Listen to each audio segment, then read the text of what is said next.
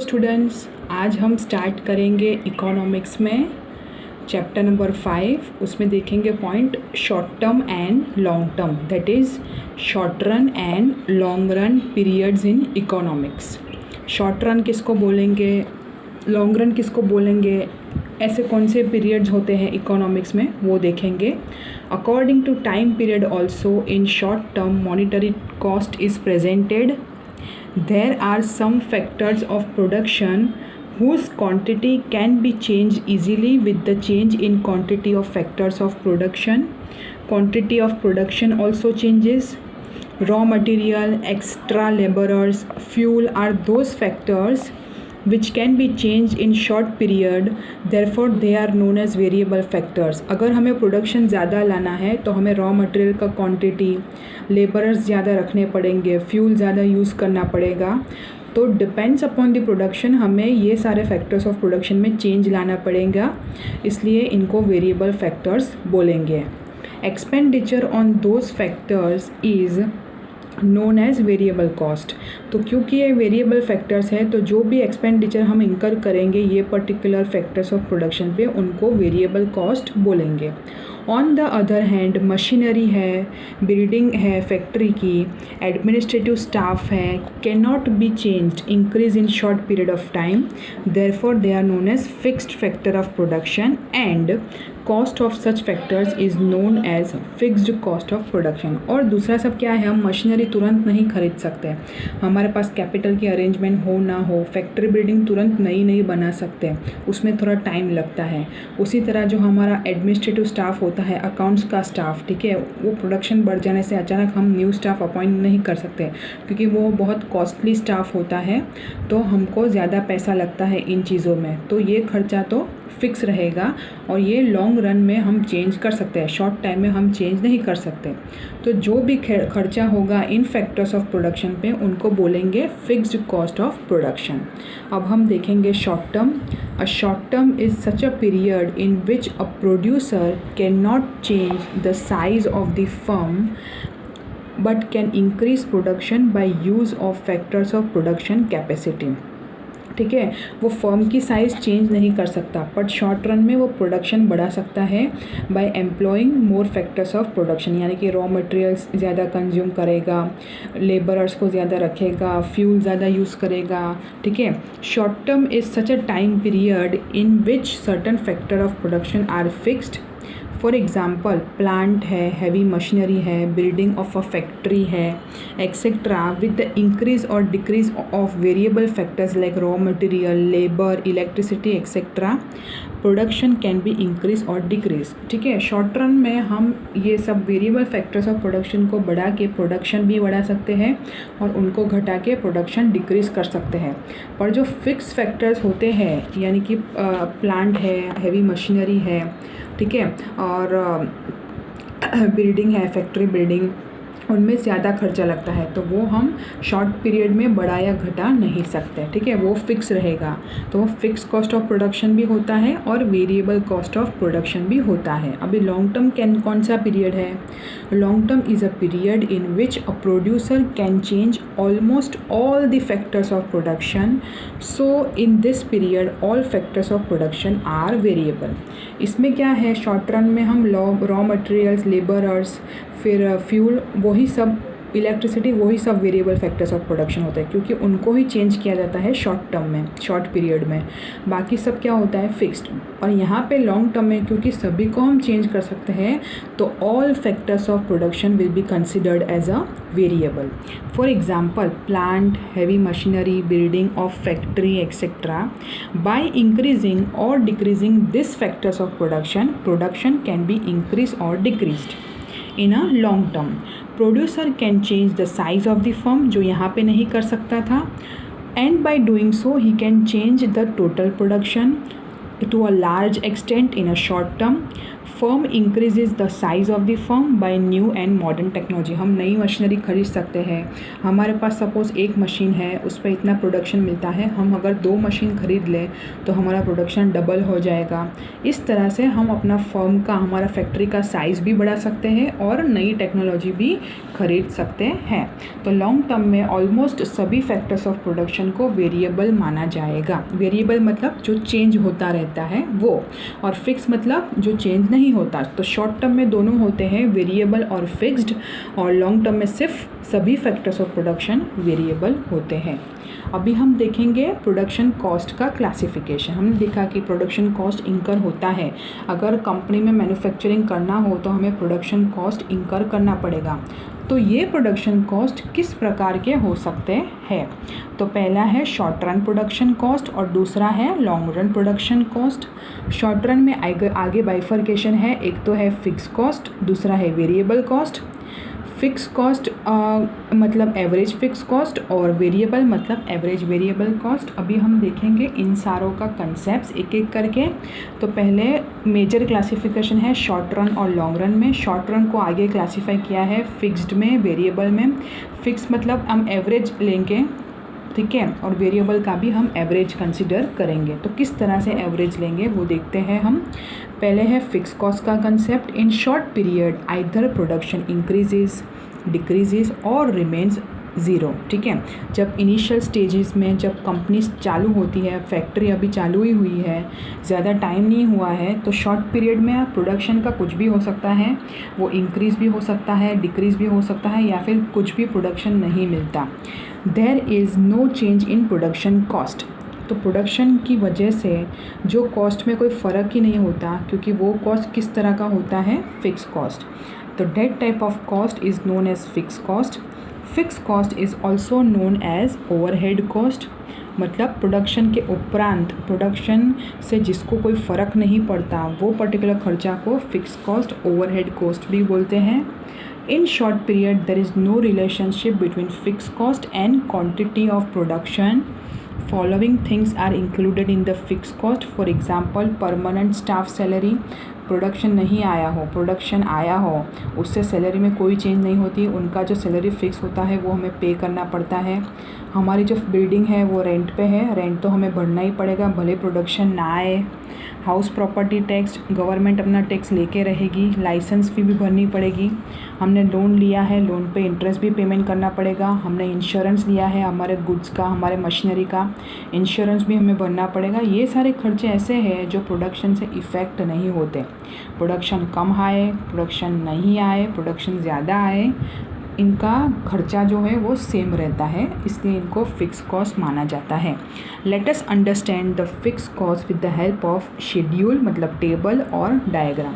तो हम टेबल और डायग्राम देखेंगे। देखो, आउटपुट, यूनिट्स ऑफ आउटपुट मतलब क्या? प्रोडक्शन, ठीक है। आउटपुट का दूसरा नाम है, या फिर बोल सकते हैं प्रोडक्शन को हम आउटपुट भी बोल सकते हैं, ठीक है। तो प्रोडक्शन यूनिट्स कितने हैं? 0 है।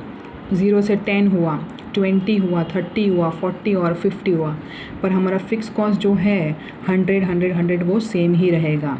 तो हम फिक्स कॉस्ट को रखेंगे y एक्सिस पे और यूनिट्स ऑफ आउटपुट को x एक्सिस पे। तो 10 होता है, 20 होता है, 30 होता है, 40, 50 कितना भी होता है, 0 है यहाँ पे पॉइंट ऑफ ओरिजिन, और यहाँ पे आपका फिक्स कॉस्ट 100 है। तो यहाँ पे मैंने 20 का गैप रखा है ताकि बहुत बड़ा ना दिखे।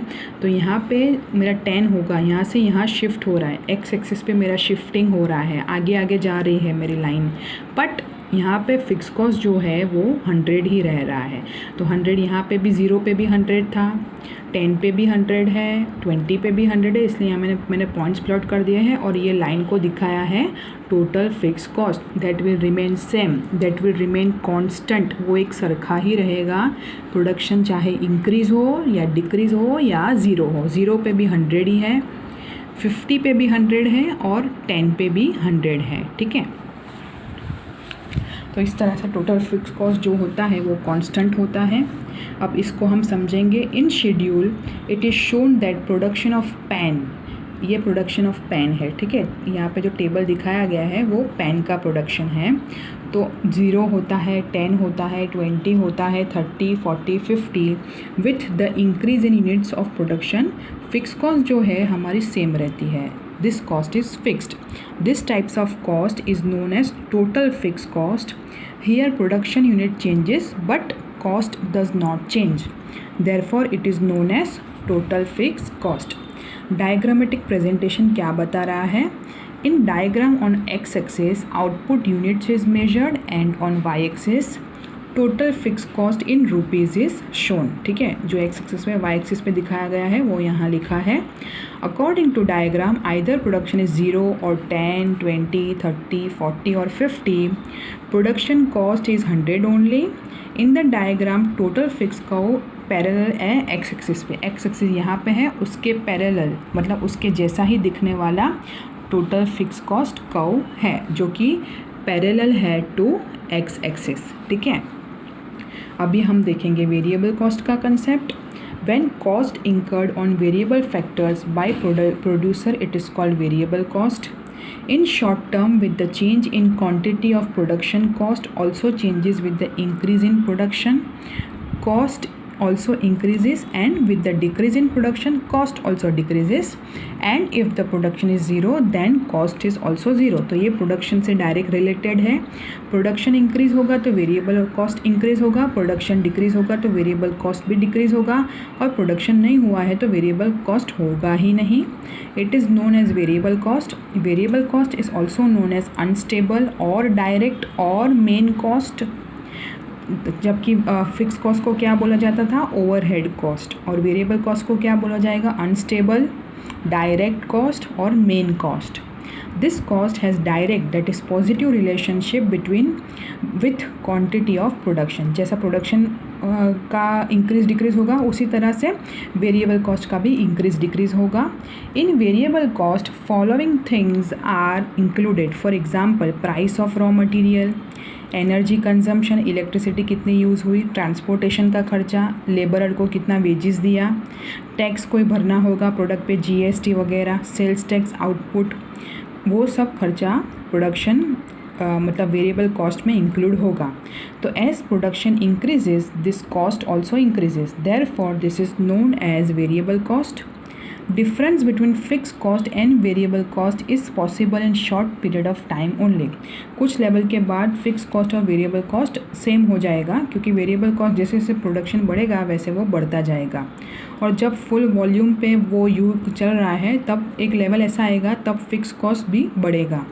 इन a long run period all cost are variable. जैसे हमने आगे देखा लॉन्ग रन में जब सब कुछ पॉसिबल होगा तभी सारे का कॉस्ट कैसे हो जाएंगे? वेरिएबल. तो सब एक साथ चलेंगे, सबका डायरेक्ट रिलेशनशिप हो जाएगा with the quantity of production. When production is 0 variable cost is 0, but as production increases variable cost also increases.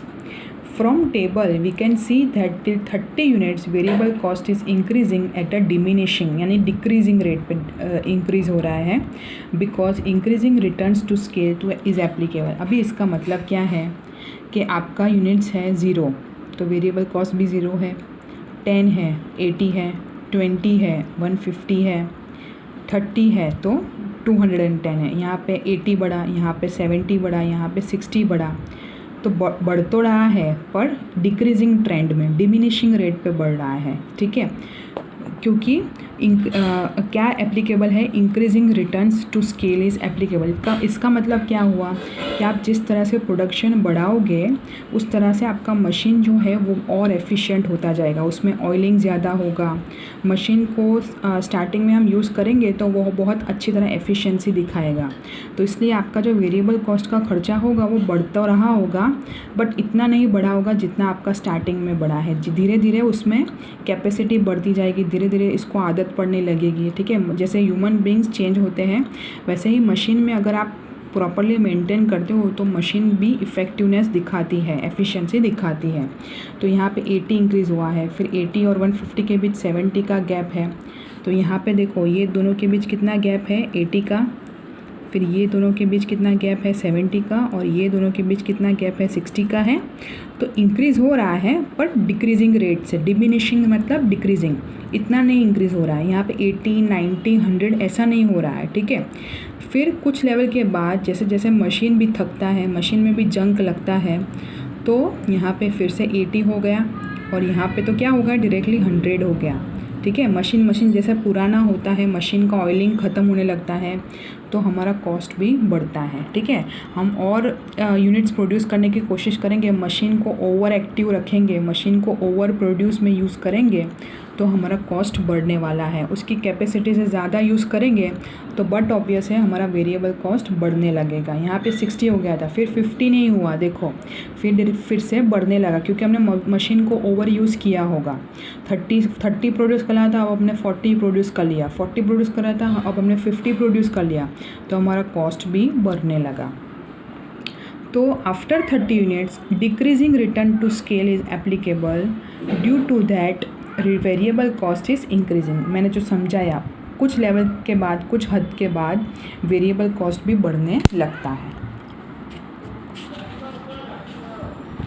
तो उसी डायग्राम को मैंने यहाँ पे प्रेजेंट किया है।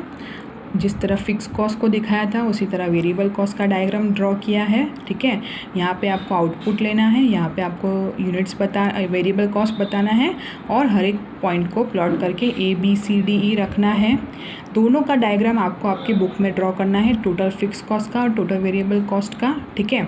जिस तरह से यहाँ पे टोटल वेरिएबल कॉस्ट दिया गया है 0, 80, 150, 210, 209, 90, 390, उस तरह से यहाँ पे 50-50 का गैप रखे यहाँ पे टोटल वेरिएबल कॉस्ट को ड्रॉ किया है। अब हम इसको समझेंगे। In diagram on X axis output units is measured, on an Y axis total variable cost in rupees is measured. As production increases from 10, 20, 30, total variable cost also increases from 80, 150, 210. इसका direct relationship होता है quantity of production के, तो इसका positive slope होगा, upward slope होगा from initial point, क्योंकि ये बढ़ रहा है डिक्रीजिंग रेट पे इनिशियली और फिर ज़्यादा बढ़ रहा है, ठीक है। पहले 80, फिर 70, फिर 60, फिर से 80 हो गया, फिर एकदम से 100 का इंक्रीज़ हो गया। जैसे हमने यहाँ पे देखा 290 से डायरेक्टली 390 हो गया।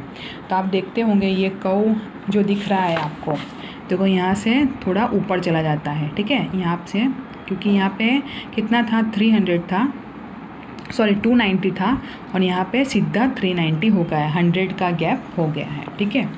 तो इन short term fix cost is fixed but variable cost keeps on changing. This cost is directly related with production. That is why Professor Marshall has said variable cost as a main cost. Variable cost professor Marshall ने main cost की तरह दिखाया है, क्योंकि short run में क्या होगा, variable cost जो होगा वो डायरेक्टली रिलेटेड टू प्रोडक्शन होगा और वो वेरिएबल कॉस्ट चेंज होता रहेगा, ठीक है। अब हम कल देखेंगे टोटल कॉस्ट का कंसेप्ट। आप यहाँ तक देख लो, एक बार समझ लो, और टोटल वेरिएबल कॉस्ट का डायग्राम और टोटल फिक्स कॉस्ट का डायग्राम आपको आपकी बुक में ड्रॉ करना है, और अगर कुछ भी डाउट हो तो मुझे पूछ लेना। Okay, thank you so much.